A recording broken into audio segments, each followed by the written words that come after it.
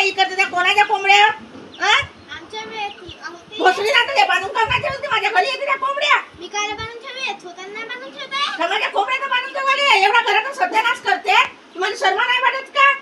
मग काय बाहेर जागा ठेवली बाहेर जागा ठेवली म्हणजे मला बसावून टाकते कोठून आलो काय बसतो मी सावलीमध्ये तर ते माझ्या